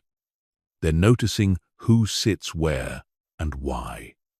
They're observing who makes eye contact with whom and who avoids it. They're picking up on the energy in the room, whether it's tense or relaxed, formal or casual. They're identifying who has actual power versus who has formal authority. And they're doing all of this before a single word of official business is spoken. This reconnaissance gives them information that shapes every interaction that follows. If they notice tension between two key stakeholders, they know not to propose anything that requires those two to collaborate closely. If they observe that the person running the meeting keeps deferring to someone else, they know who actually needs to be convinced, regardless of org charts or titles. If they sense that everyone is exhausted or distracted, they know this isn't the time to introduce a complex new idea that requires deep thought. Let me give you a framework for developing this kind of observational intelligence. It starts with shifting your default mode from broadcasting to receiving. Most people's default in social situations is to think about what they're going to say or do next. They're in broadcast mode, focused on their own performance. To develop observational intelligence, you need to spend more time in receiving mode, where your attention is focused outward on gathering information rather than inward on managing your own presentation. This is harder than it sounds because it requires quieting your ego. Your ego wants attention, wants to contribute, wants to be noticed. But observational intelligence requires making your ego secondary to your awareness. You have to be comfortable being quiet, being in the background, being the observer rather than the observed. And most people struggle with this because they feel like if they're not actively participating, they're not adding value. They're wrong. The value you add through accurate observation and strategic timing far exceeds the value of constant participation. The second element of observational intelligence is learning to read non-verbal communication. Research suggests that somewhere between 60 to 90% of communication is non-verbal.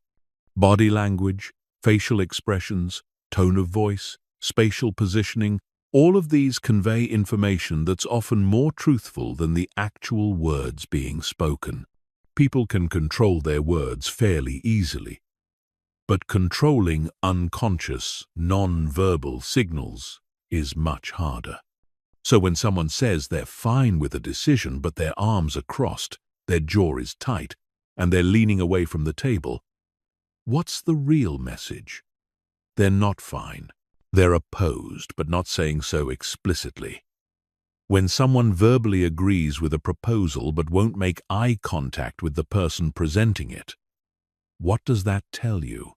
Probably that they're agreeing superficially but have no intention of supporting it genuinely. These non-verbal signals give you the real story beneath the official narrative. The third element is pattern recognition. Observational intelligence isn't just about noticing things in the moment. It's about recognizing patterns over time. How does this person typically behave when they're stressed versus confident? What does this group dynamic look like when it's functioning well versus when there's underlying conflict? When this particular leader says, "Let me think about it," does that usually mean they're genuinely considering it? Or is it their polite way of saying no? When you've observed enough interactions, you start to recognize patterns that predict outcomes. You know that when these two people start disagreeing in meetings, the project is probably going to stall because neither will back down. You know that when this particular stakeholder asks questions in a certain way, they're actually signaling opposition, not curiosity. You know that when the energy in the room shifts in a specific way, the conversation is about to become unproductive. This pattern recognition allows you to anticipate and navigate situations proactively rather than just reacting as things unfold. The fourth element of observational intelligence is understanding power dynamics and social hierarchies. Every group has them, even if they're not formalized. There's always someone whose opinion carries more weight, someone who influences others, someone who serves as a bridge between factions, someone who's marginalized, regardless of their formal role. Mapping these dynamics quickly tells you how to navigate the group effectively. For instance, you might notice that when a particular person speaks, others listen more carefully. That person has informal authority, and getting them on your side is probably more important than convincing the formal leader. Or you might observe that two people always align their positions, which tells you they're a voting bloc you need to approach as a unit rather than individually. Or you notice someone who's repeatedly talked over or ignored, which might make them a potential ally since they're likely frustrated with the current dynamic. The fifth element is recognizing emotional undercurrents. Every interaction has an emotional layer beneath the logical content. People aren't just exchanging information and making rational decisions. They're also managing egos, processing insecurities, nurturing grudges, seeking validation, protecting turf, pursuing hidden agendas. The observationally intelligent person picks up on these emotional undercurrents and understands that they often matter more than the logical content of what's being discussed. When someone keeps bringing up a minor point that's logically irrelevant, they're probably not really concerned about that point. They're expressing something else, maybe feeling unheard, maybe asserting their relevance, maybe testing their influence. When a discussion becomes unexpectedly heated over what should be a straightforward decision, there's probably emotional history or stakes you're not seeing. The ability to recognize these emotional undercurrents helps you respond to what's actually happening rather than what appears to be happening on the surface. Now here's how you practice and develop observational intelligence. Start by deliberately putting yourself in observer mode in low-stakes situations. Maybe at a social gathering. Instead of trying to be the life of the party, consciously observe. Who's having genuine conversations versus superficial ones? Who seems comfortable versus anxious? Who's naturally drawing others to them, and who's working hard to maintain attention? Don't judge these observations. Just notice them. In professional settings, arrive to meetings early and watch how people enter and position themselves. Who chooses to sit where? Who arrives together, suggesting alignment? Who makes a point of not sitting near someone else, suggesting tension? Who immediately pulls out their phone versus who makes eye contact and engages? These seemingly small observations accumulate into useful intelligence about how to navigate that group. Practice reading individual people by paying attention to their baseline behavior first. You can't identify deviation from normal if you don't know what normal looks like for them. So, when you interact with someone regularly, mentally note how they typically behave when they're relaxed and comfortable. Then when you see them behaving differently, you know something has changed, even if they're not explicitly telling you what. The ultimate goal of observational intelligence is not manipulation. It's navigation. It's understanding the reality of situations so you can move through them effectively. Build genuine relationships, identify real opportunities, and avoid unnecessary conflicts or failures. People with high observational intelligence don't need to control rooms through force because they understand rooms so well they can influence them subtly and naturally.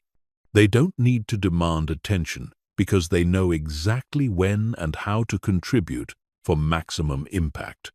They don't get blindsided by sudden changes because they saw the warning signs long before things became obvious. That's the power of truly seeing what everyone else is too busy performing to notice.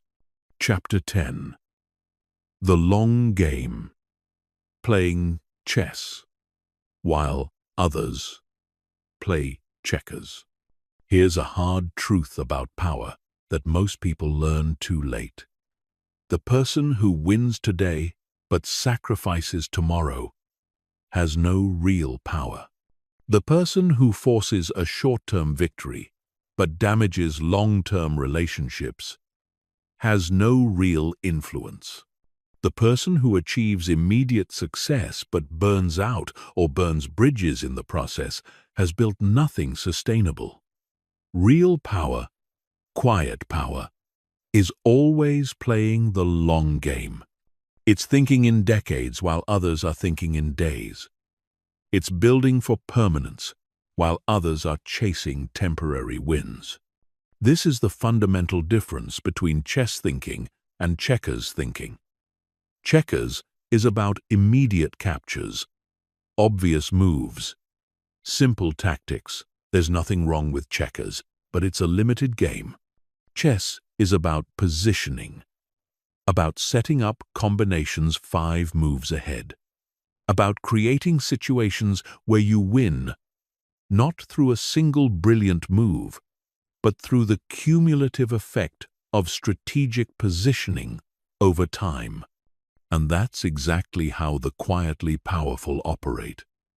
They're playing chess while everyone around them is playing checkers. Let me give you a concrete example of what this looks like. Imagine you're working on a team and there's credit to be claimed for a successful project. The checkers player fights aggressively to ensure they get recognized, possibly at the expense of others, possibly by exaggerating their contribution. They get the immediate win, the recognition, the pat on the back. But what have they lost? The trust of teammates, the goodwill of colleagues who notice the credit grabbing, their reputation as someone who builds others up versus someone who only promotes themselves. These costs might not be immediately visible, but they compound over time. The chess player does something different. They share credit generously, even deflecting it toward others who contributed. They might even let someone else take the spotlight entirely, while quietly ensuring that key decision-makers know the real story. In the moment, this looks like they lost. They didn't get the public recognition. But what did they gain? The fierce loyalty of teammates who know they'll be treated fairly. The reputation as someone secure enough to share success. The respect of observant leaders who notice the difference between self-promoters and genuine value creators. And 5 years later, when it's time to choose who leads the next major initiative, who do you think gets selected? Not the person known for grabbing credit. The person known for building great teams and delivering results without ego drama. This is long game thinking. Every decision is evaluated not just on its immediate impact, but on how it positions you for the future. Every interaction is viewed not as a standalone transaction, but as one move in an ongoing game that spans years or decades.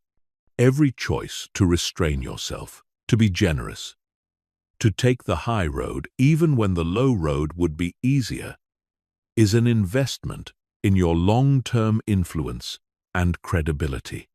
Let me break down the key principles of playing the long game. First, prioritize relationships over transactions. In the short term, you can extract maximum value from every interaction, squeeze every advantage, win every negotiation. This might maximize immediate gain, but it destroys relationships. And relationships are the foundation of sustained success. The chess player knows that the value of a strong relationship over 10 years far exceeds the value of winning a single transaction. So they optimize for relationship strength even when it means accepting less favorable terms in the moment. This doesn't mean being a pushover. It means being fair, being generous where possible, and never destroying a relationship for marginal short-term gain. When you consistently operate this way, you build a network of people who trust you, who want to work with you again, who recommend you to others, who give you the benefit of the doubt when things get complicated. That network becomes increasingly valuable over time and opens doors that no amount of aggressive short-term optimization ever could. Second principle is invest in reputation systematically. Your reputation is an asset that compounds over time, but only if you're intentional about building it. Every interaction either adds to your reputation or detracts from it. Every commitment you keep or break. Every time you do or don't follow through. Every instance where you demonstrate integrity or compromise it. All of these accumulate into the story people tell about who you are. The checkers player doesn't think about this. They might lie to win a deal, thinking only about the immediate benefit. They might break a promise when it's inconvenient, thinking only about the short-term relief. They might take credit they didn't earn, thinking only about the immediate recognition. Each instance seems small, seems like it doesn't matter. But reputation is built exactly this way, through the accumulation of small signals about who you really are. And once a reputation is damaged, it's exponentially harder to repair than it was to build in the first place. The chess player protects their reputation like the strategic asset it is. They keep promises even when it's hard, because they know their word has to mean something if they want long-term influence. They tell the truth even when a lie would be more convenient, because they know that being caught in even one lie can destroy years of accumulated trust. They take responsibility for failures because they know that integrity in failure builds respect that will matter in future successes. Third principle is create optionality for your future self. Many people make decisions that feel optimal in the moment but constrain their future choices. They burn bridges. They lock themselves into specific paths. They make commitments that limit flexibility. The chess player does the opposite. They make decisions that preserve and ideally expand their future options. This might mean not taking the highest-paying job if it's in a declining industry that will limit future opportunities. It might mean maintaining relationships even with people you're not currently working with because you never know when those connections will become valuable. It might mean developing multiple skills instead of over-specializing, because versatility creates more opportunities than narrow expertise. It's thinking not just about where this decision gets you immediately, but about what doors it opens or closes for future you. Fourth principle is compound small advantages over time. The checkers player is always looking for the big, dramatic win, the game-changing move. The chess player knows that most games are won through the accumulation of small positional advantages. One slightly better decision today, another tomorrow, better positioning next week, a small opportunity capitalized on next month. None of these is transformative individually, but compound them over years, and the cumulative effect is massive. This is why consistency matters so much in the long game. You don't need to be spectacular. You need to be excellent consistently. You don't need breakthrough moments. You need steady progress. You don't need to win big immediately. You need to avoid losing while positioning yourself to win bigger later. The person who improves 1% every week is unrecognizable, vastly superior after just a few years, but they're barely different week to week. That's the power of compounding. Chapter 11. The Shield of Silence. How to handle criticism and attacks. One of the most powerful demonstrations of quiet strength is how you respond when you're criticized, attacked, or disrespected. Most people immediately react, defending themselves, counterattacking, or seeking vindication. But this reaction, while natural, reveals weakness. It shows that the criticism got through your defenses, that the attacker successfully triggered an emotional response, that you can be controlled by others' words. The person with quiet power responds completely differently. They use silence as a shield, and that shield is impenetrable. Here's what most people don't understand about criticism and attacks. They only have the power you give them. Someone can say anything they want about you.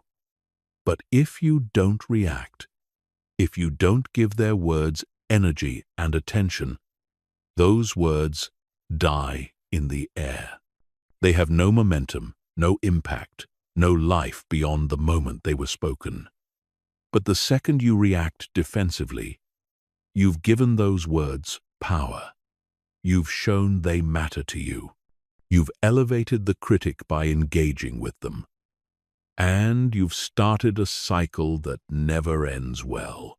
Strategic silence in the face of criticism works on multiple levels. First, it denies the attacker the satisfaction of getting a reaction. Most people who criticize or attack others are seeking a response. They want to see you rattled, defensive, emotional. When you give them nothing, when you remain calm and unmoved, you've denied them what they came for. This is psychologically frustrating for them and often causes them to either escalate to the point where they look unreasonable or give up entirely. Second, your silence forces observers to focus on the criticism itself rather than your reaction to it. If the criticism is baseless, people will see that without you needing to defend yourself. If the criticism has merit, your calm acceptance of it makes you look mature and self-aware rather than defensive. Either way, you win by not playing the game.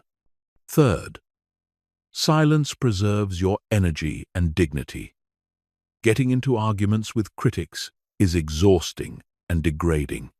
Every moment you spend defending yourself is a moment you're not spending on productive work or positive relationships.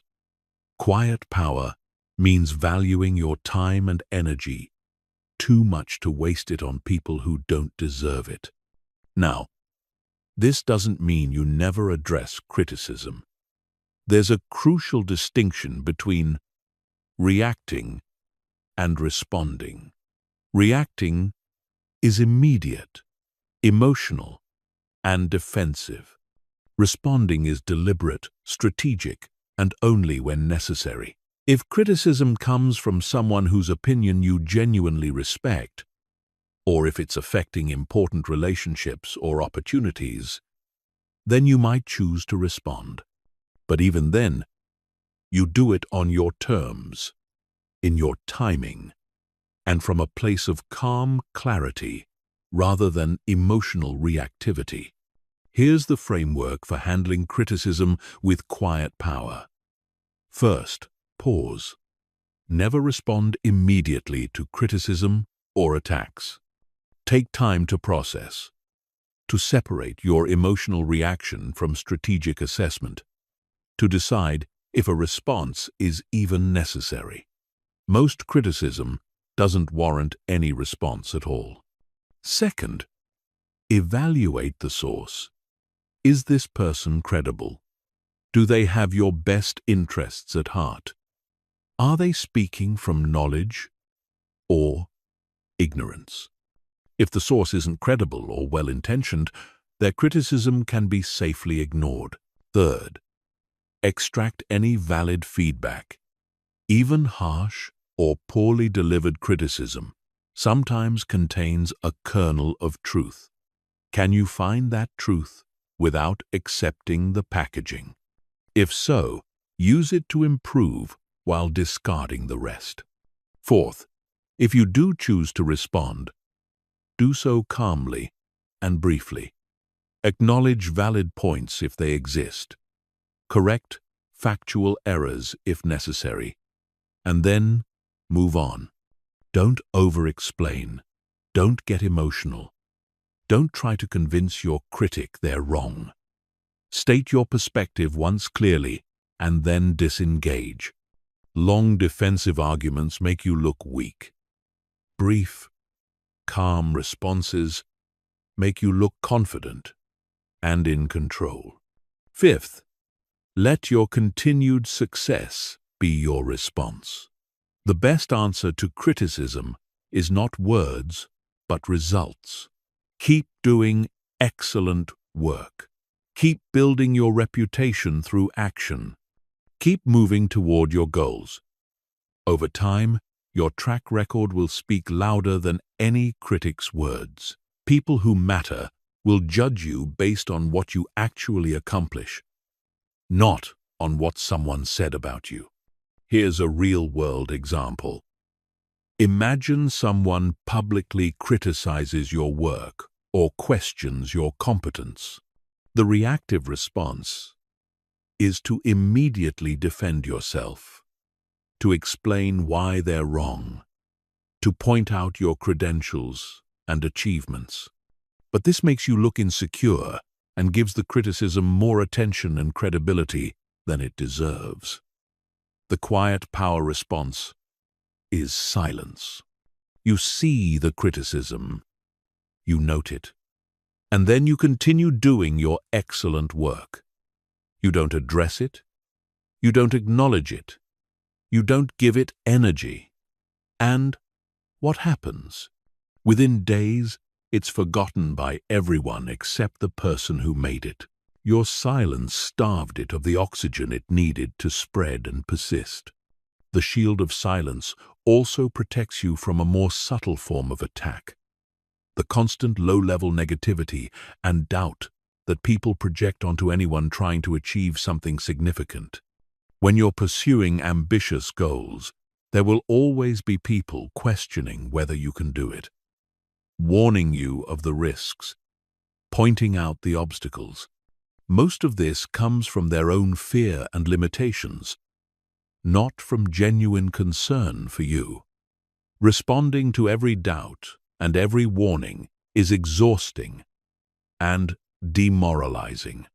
But when you develop the shield of silence, when you can hear these things and let them pass through you without impact, you protect your motivation and forward momentum. The ultimate truth about criticism and attacks is this: they cannot diminish you unless you allow them to. Your value, your competence, your worth. None of these things change based on what someone else says about you. They only change based on what you actually do and who you actually are. When you deeply understand this, criticism loses its power over you. It becomes just noise, sometimes containing useful information, but more often just revealing the fears and insecurities of the person speaking. And you can move through the world impervious to that noise, focused on what actually matters, protected by the quiet strength that comes from knowing who you are and not needing anyone else to validate it. Chapter 12. Quiet Leadership. Leading without the title. The most profound form of leadership has nothing to do with titles, positions, or formal authority. It's the ability to influence direction, inspire action, and create change without anyone appointing you to do so. This is quiet leadership, and it's available to anyone regardless of where they sit in a hierarchy. In fact, some of the most powerful leaders in any organization have no formal leadership role at all. They lead through competence, character, and the quiet confidence that makes others want to follow them. Traditional leadership relies on position power. You can tell people what to do because you're the boss. They comply because they have to, not because they want to. This creates a fragile form of influence that disappears the moment you lose the title. But quiet leadership relies on personal power. People follow you because they respect you, trust you, and believe in your judgment. This creates lasting influence that persists regardless of your formal position. Here's what quiet leadership looks like in practice. You don't wait for permission to solve problems. You see what needs to be done, and you do it. Or you take initiative to organize others to do it. You don't announce you're taking charge. You just start creating solutions, and others naturally align with your efforts, because the solutions are good and you're making them happen. This is leadership through action, not declaration. Quiet leaders also lead through questions rather than directives. Instead of telling people what to do, they ask questions that help people think more clearly about the situation. Have we considered this angle? What would happen if we tried that approach? What's the real problem we're trying to solve here? These questions guide thinking without controlling it, which makes people feel empowered rather than managed. And when people arrive at conclusions through their own thinking, they're far more committed to the path forward than if they were simply following orders. Another hallmark of quiet leadership is developing others. Formal leaders often feel threatened by capable subordinates and may consciously or unconsciously limit their development. But quiet leaders have no such insecurity. They actively help others grow because they're not worried about being outshined. They share knowledge freely, create opportunities for others to lead, and take genuine joy in others' success. This generosity creates loyalty and respect that no amount of positional authority can generate. Quiet leaders also lead by example in ways that matter. They don't just talk about values, they embody them. If the team is facing a difficult deadline, they're the first one to stay late and the last one to leave. If there's unpleasant work to be done, they roll up their sleeves and do it alongside everyone else. If they ask others to meet high standards, they hold themselves to even higher standards. This integrity between words and actions creates moral authority that's far more powerful than any title. Here's the framework for developing quiet leadership. First, focus on being valuable rather than being in charge. Develop expertise that makes you the go-to person for important challenges. Build a reputation for getting difficult things done. Become someone whose input is sought because people trust your judgment and capability. When you're genuinely valuable, influence flows to you naturally, without you needing to claim it. Second, think institutionally, not personally. Quiet leaders care about outcomes for the team or organization, not about credit for themselves. They're willing to let others take credit for ideas they contributed to. They support initiatives that serve the mission, even if those initiatives don't benefit them personally. This selflessness earns trust because people see you're not playing political games or building your own empire. You're genuinely focused on what's best for everyone. Third, create clarity in chaos. One of the most valuable things any leader can do is help people understand complex situations and identify the right path forward. Quiet leaders do this not by pretending to have all the answers, but by asking good questions, synthesizing diverse inputs, and articulating possibilities clearly. When everything feels confusing and people don't know what to do, the person who can create clarity naturally becomes someone others look to for direction. Fourth, build bridges and resolve conflicts. Organizations and teams always have tensions, disagreements, and miscommunications.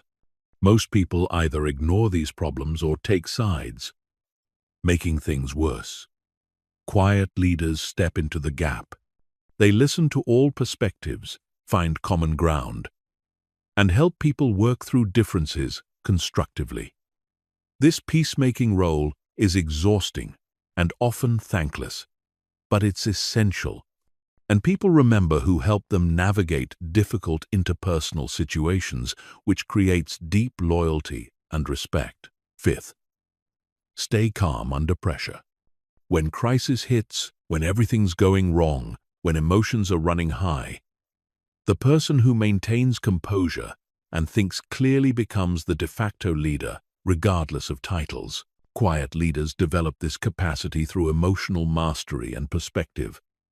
They've seen enough challenges to know that most crises are temporary. They've built enough confidence in their abilities to trust they can handle whatever emerges. And that calm confidence is contagious, helping others find their own center in the storm. The beautiful thing about quiet leadership is that it's completely under your control. You don't need anyone's permission to become this kind of leader. You don't need to wait for a promotion or a title. You can start leading quietly right now, right where you are, in whatever role you currently occupy. And as you do, you'll discover something powerful. Real leadership isn't about the position you hold. It's about the person you become and the positive influence that naturally flows from being that person. Chapter 13. Maintaining power over time. The discipline of consistency. Building quiet power is hard. Maintaining it over years and decades is even harder. The challenge isn't just achieving a level of competence, credibility, and influence. The challenge is sustaining that level when the initial motivation fades, when obstacles arise, when success makes you complacent, when failure makes you doubt yourself. This is where most people fail. They build something impressive and then gradually let it decay. But those who understand the discipline of consistency maintain and even amplify their power over time.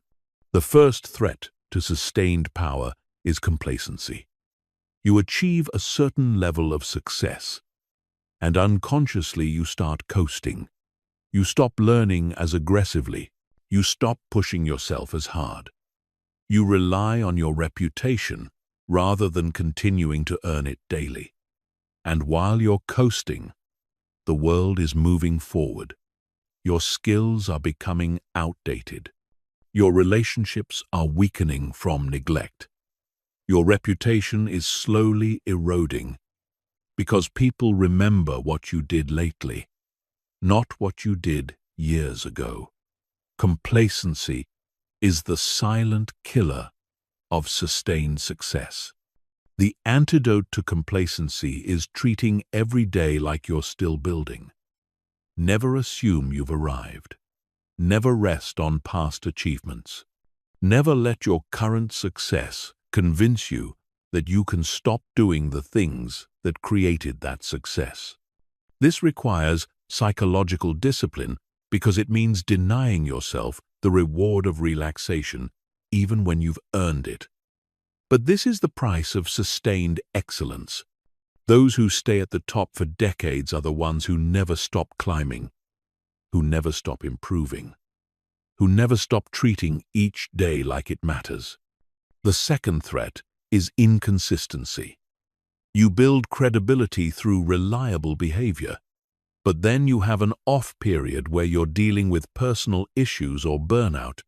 Your performance drops, your responsiveness declines, your standards slip, and people notice. It doesn't take much inconsistency to damage a reputation that took years to build. Trust is built slowly and destroyed quickly. One period of unreliability can undo months or years of consistent excellence in people's minds. Protecting against this requires building systems and buffers. Systems automate excellence, so you don't have to rely purely on willpower and motivation.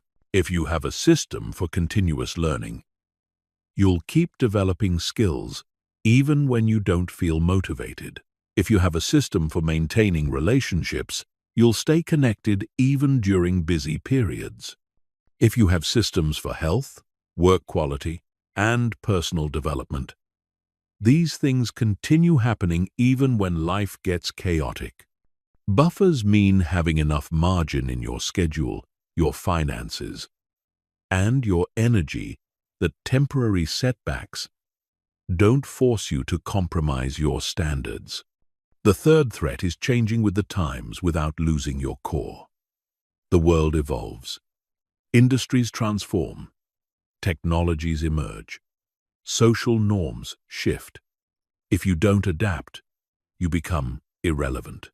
But if you change too much, you lose the authentic core that made you powerful in the first place. This balance is delicate.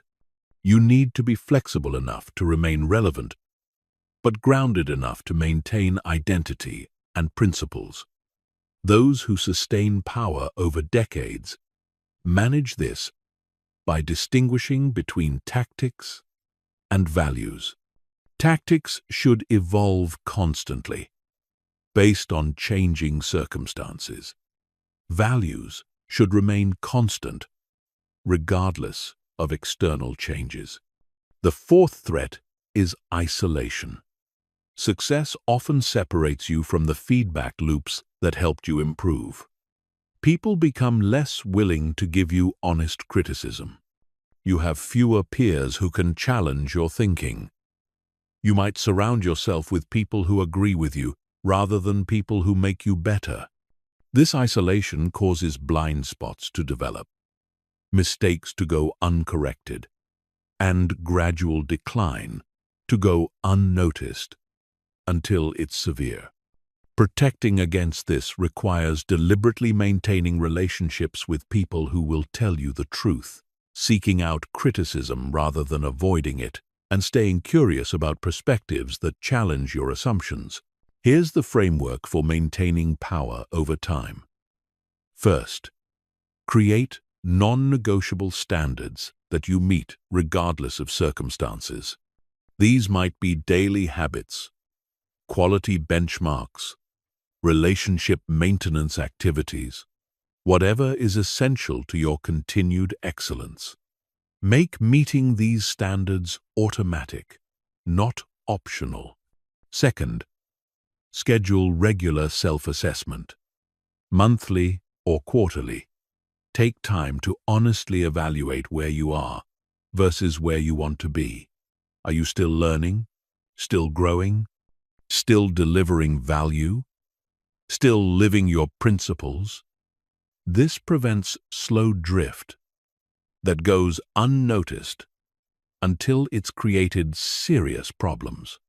Third, invest in your future self continuously. Every day, do something that makes you more capable, knowledgeable, connected, or healthy a year from now. This might be learning something new, building a relationship, taking care of your body, or developing a skill. The compounding effect of these daily investments is what separates those who remain powerful for decades from those who peak and decline. Fourth, protect your reputation obsessively. It's your most valuable asset, and it's fragile. Every interaction, every commitment, every public statement either builds or erodes it. Make decisions with the question, how will this affect my reputation 5 years from now? Fifth, stay humble and hungry.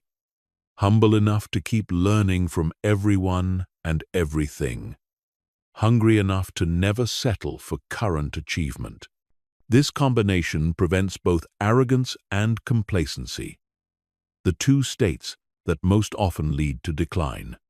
The people who sustain excellence over the longest periods are the ones who remain students of their craft, who maintain beginner's mind even as they become masters, who never believe they've figured everything out.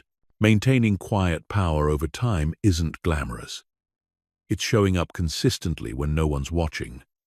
It's maintaining standards when it would be easier to let them slide. It's continuing to invest in your development when you could coast on past achievements. It's discipline, systems, and commitment playing out over years and decades. But this is how you build a legacy. This is how you become someone whose influence spans a lifetime rather than a moment. And that long-term impact is what quiet power is ultimately about. Chapter 14. The Art of Strategic Relationships. Building alliances that amplify power. No one builds lasting power in isolation. Even the most quietly powerful individuals succeed through relationships, through strategic alliances that multiply their influence and expand their possibilities. But these aren't the transactional networking relationships that most people cultivate. They're deeper, more genuine, more strategically constructed connections that create mutual value over years or decades. Understanding how to build and maintain these relationships is essential to sustained power. The foundation of strategic relationships is genuine value creation. Most people approach relationships asking what they can extract. What can this person do for me? How can I use this connection? This extractive mindset creates shallow relationships that dissolve the moment they stop being immediately useful. But strategic relationships are built on what you can contribute. How can I help this person succeed? What value can I add to their life or work? What problems can I solve for them? When you approach relationships this way, you create genuine bonds that persist and strengthen over time. Here's what makes a relationship truly strategic. First, mutual respect and aligned values. You should genuinely respect the other person's capabilities, character, and judgment. And there should be fundamental alignment in values, even if you differ in tactics or opinions. Without this foundation, the relationship will be strained and ultimately unsustainable. Second, complementary strengths. The most powerful alliances are between people who are strong in different areas. Your weaknesses are their strengths, and vice versa. This creates natural opportunities for collaboration and mutual support. Third, long-term orientation. Strategic relationships aren't about immediate transactions. They're about building connections that will be valuable for years or decades. This means investing in relationships even when you don't have an immediate need. It means helping people when you can't see how they'll help you back. It means playing an infinite game rather than optimizing for short-term extraction. Fourth, trust built through consistency. Trust in strategic relationships comes from repeatedly demonstrating reliability, discretion, and genuine care for the other person's success. It's built through small actions over time, not grand gestures. Now here's the framework for building strategic relationships. First, be genuinely interested in others, not as a manipulation tactic, but as authentic curiosity about who they are, what they care about, what challenges they face, what they're trying to build. People can sense the difference between someone who's genuinely interested and someone who's just collecting contacts. Genuine interest creates connection. Fake interest creates distance. Second, give before you ask. When you meet someone interesting, look for ways to help them before you ever ask them for anything. Make an introduction they'd find valuable. Share information relevant to their challenges. Offer your expertise if it would be useful. This establishes you as someone who creates value in relationships rather than just consuming it. And it creates natural reciprocity without you having to explicitly request it. Third, maintain relationships through the valleys, not just the peaks. Most people are great at relationship maintenance when things are going well, or when they need something. But strategic relationships are maintained especially during periods when you don't need anything from the other person. Regular check-ins, thoughtful messages, small gestures of support. These things matter most when there's no immediate purpose. They show you value the person, not just what they can do for you. Fourth, be strategically vulnerable. Vulnerability creates depth in relationships, but it must be calibrated carefully. Share challenges you're facing, questions you're wrestling with, mistakes you've made. This humanizes you and creates space for authentic connection. But don't overshare in ways that undermine credibility or create inappropriate burdens. The goal is strategic vulnerability that builds trust without damaging respect. Fifth, create value through connection. One of the most powerful things you can do in relationships is connect people who should know each other.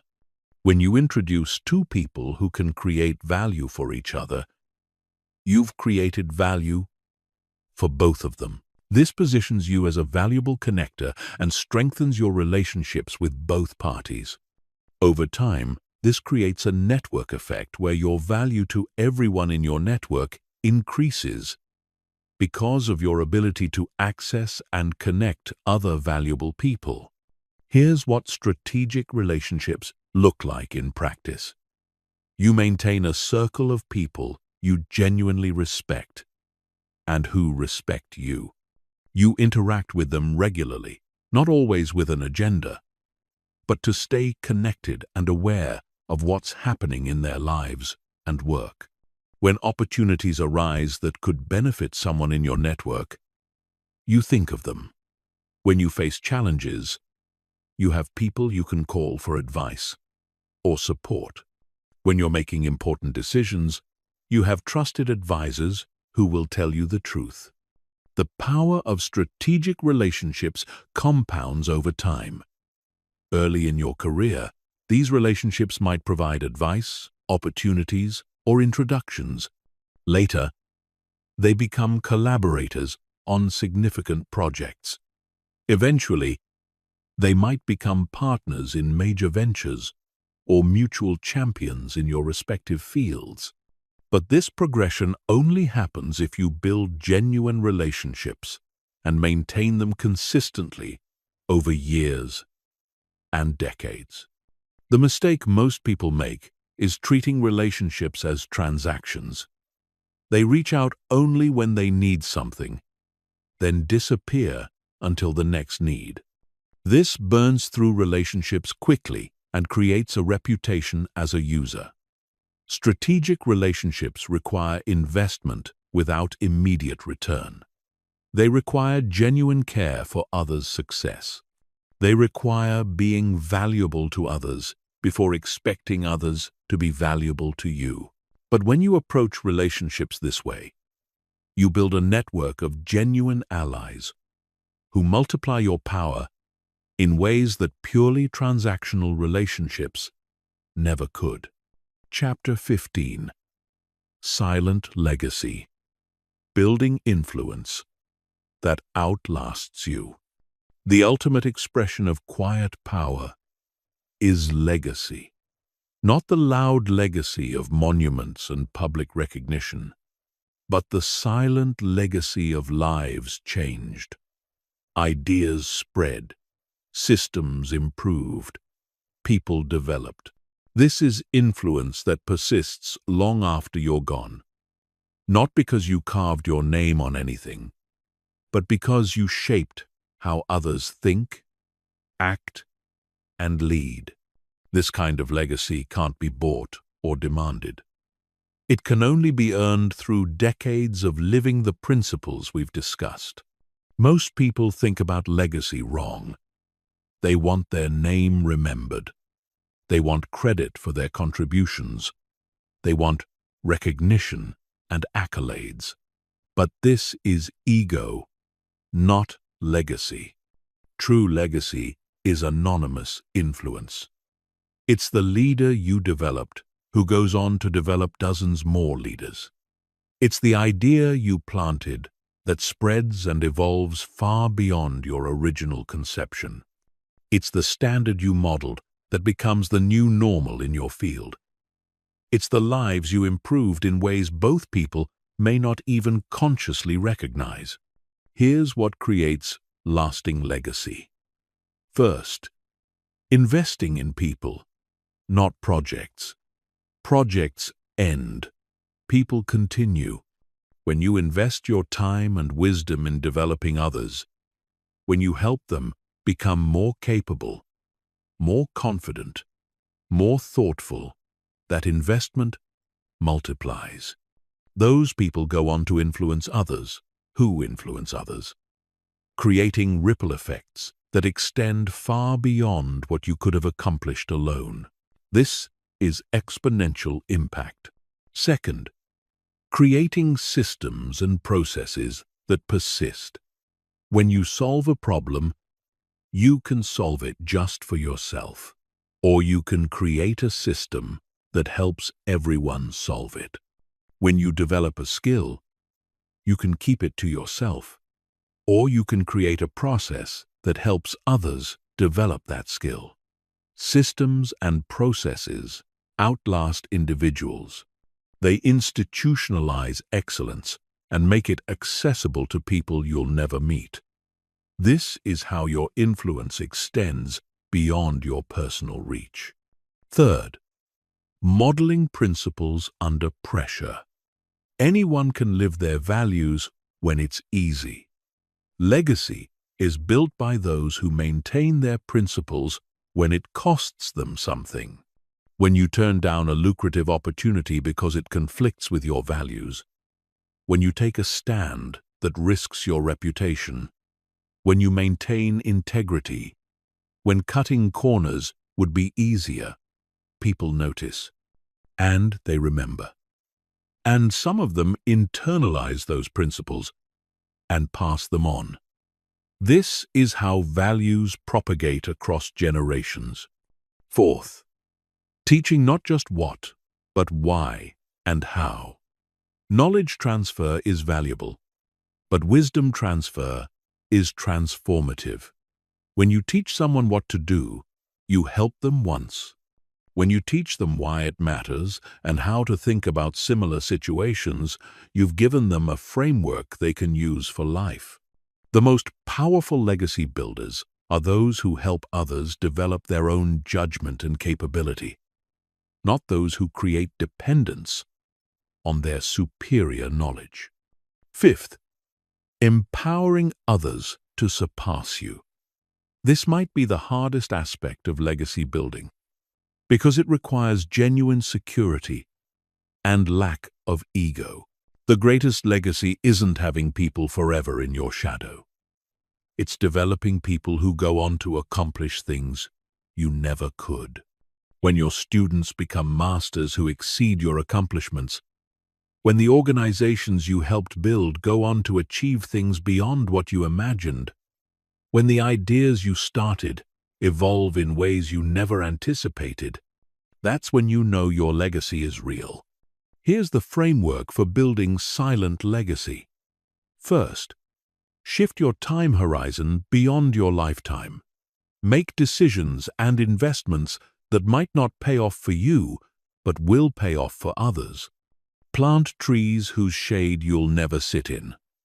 Start initiatives that might not fully mature until you're gone. This requires accepting that the most important work you do might never be attributed to you. Second, document your thinking and methods, not for recognition, but for transmission. Write down what you've learned. Create guides and frameworks. Record your reasoning about important decisions.